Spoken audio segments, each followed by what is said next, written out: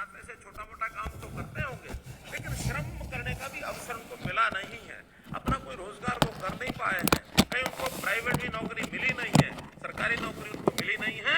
हमने उनकी पहचान करके और पिछले वर्ष 1 लाख आय साल की, जिससे इससे जिनकी कम है, ऐसे लगभग 2.5 लाख परिवारों को हमने छांटा है। उन 2.5 लाख परिवारों को अंत्योदय रोजगार मेले ब्लॉक के अनुसार लगाए हैं, लगभग 550 मेले लगे हैं।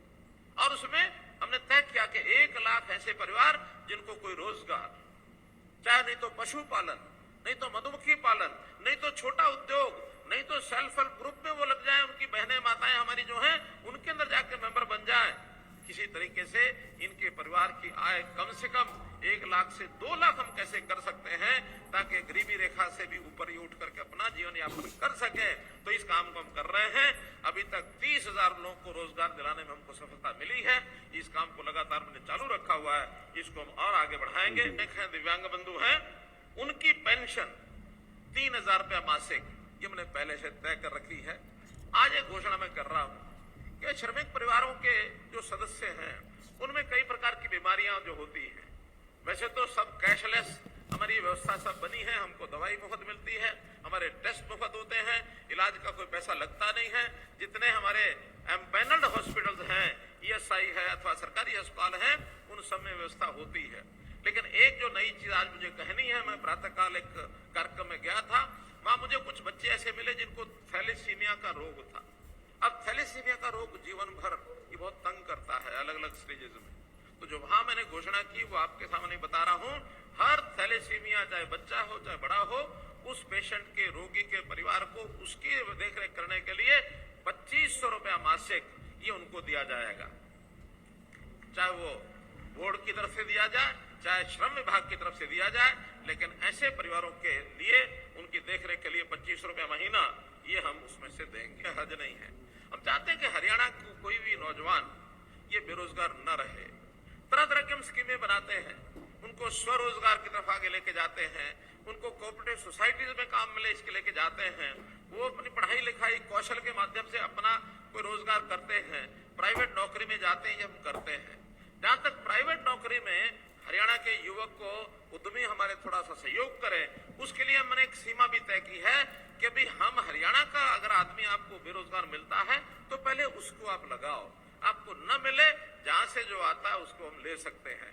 अब प्रवासी बंधु हमारे कहते हैं फिर हमारे बच्चों का क्या बनेगा।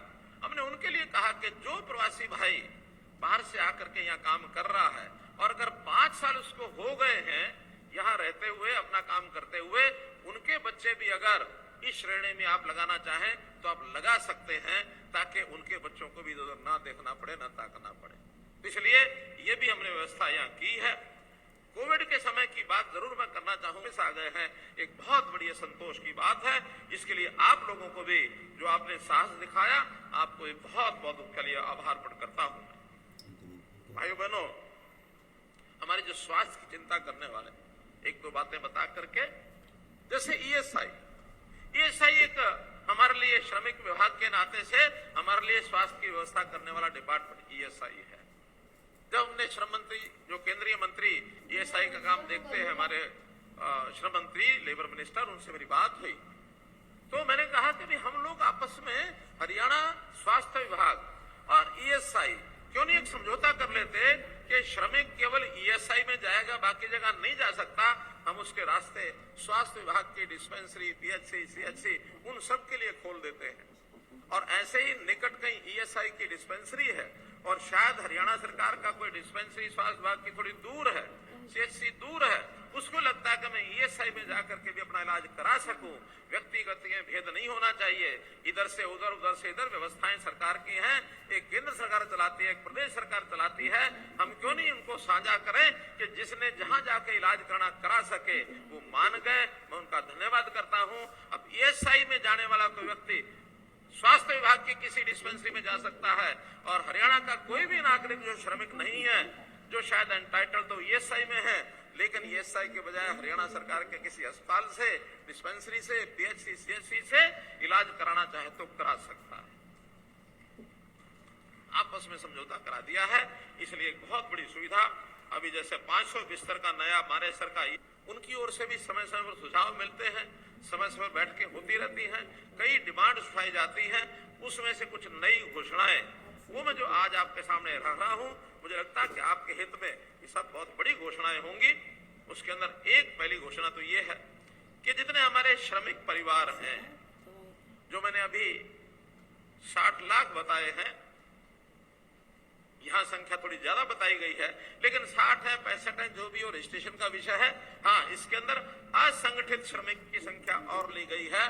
तो सारे संगठित और असंगठित जितने भी श्रमिक हैं, उन परिवारों के लिए मुख्यमंत्री परिवार स्वास्थ्य परीक्षण योजना ये चलाई गई है कि किसी भी व्यक्ति के स्वास्थ्य का, हेल्थ का जो टेस्ट है, उसका जो परीक्षण होगा, उसका जो एग्जामिनेशन होगा, उस टेस्ट में ENT टेस्ट है, ब्लड टेस्ट है, आई टेस्ट है, शुगर टेस्ट है, BP टेस्ट है, ECG आदि, ये जो सब टेस्ट हैं, ये सब के सब साल में एक बार सभी श्रमिकों को ये लाभ जो है मिलेगा और ये निशुल्क होगा।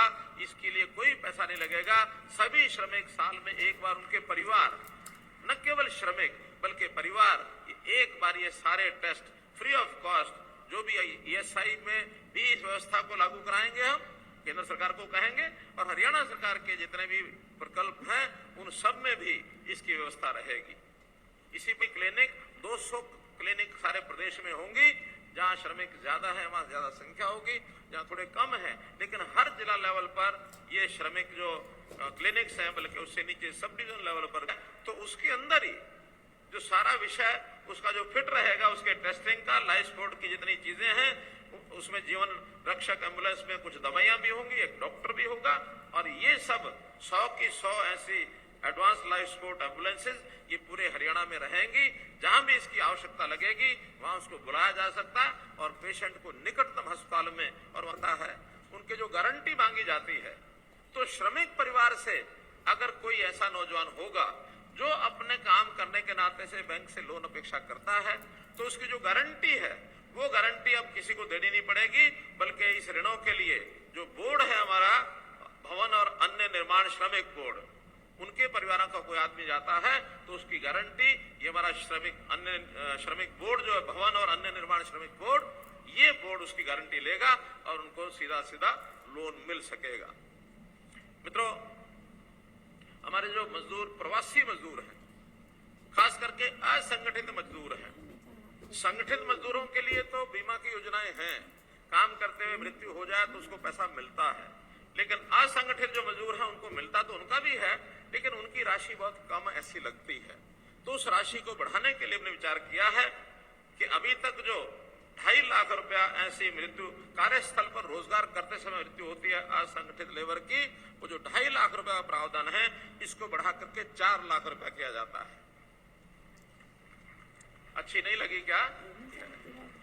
भगवान न करे ऐसे किसी के कोई दिन आए कि किसी की मृत्यु हो, लेकिन आखिर परिवार की सामाजिक सुरक्षा, ये बहुत का पैसा जो पहले 50% तक 75,000 रुपया मिलता था, उसको 1.5 लाख रुपया कर दिया है। 51 से 75% 1 लाख था, उसको 2 लाख किया है, और 76% या इससे ऊपर विकलांगता हो जाती है तो पहले जो 1.5 लाख था उसको 3 लाख रुपया किया जाता है, अर्थात हर प्रकार की सहायता इसमें डबल कर दी। अच्छा सफल प्रयोग है कि ऐसे श्रमिक जिनको शायद घर में भोजन बनाने में, या कई बार अकेला होता है परिवार में, उसको समय भी नहीं है, तो ऐसे लोगों के लिए हमने कैंटीन की जो व्यवस्था की थी, जिसको अंत्योदय आहार योजना हमने कहा। इस अंत्योदय आहार योजना की पहले चरण में 10 कैंटीन चलाई गई थी। बहुत अच्छा ये प्रयोग है। 10 रुपया इसमें मजदूर को देना पड़ता है, बाकी डिपार्टमेंट जो है 15 रुपया उसको सब्सिडाइज करता है, 25 रुपए का खाना 10 रुपए में दिया जाता है। इन क्षेत्रों में श्रमिकों को बहुत सा लाभ हुआ है। हमने आज ही कहा है कि इस योजना को विस्तार करके हरियाणा में 100 कैंटीन ऐसी बनाई जाएंगी, ताकि श्रमिकों को, और इस प्रकार की कई कठिनाई आती है वो ना आए। तो ऐसी जो कुछ योजनाएं हैं, इन योजनाओं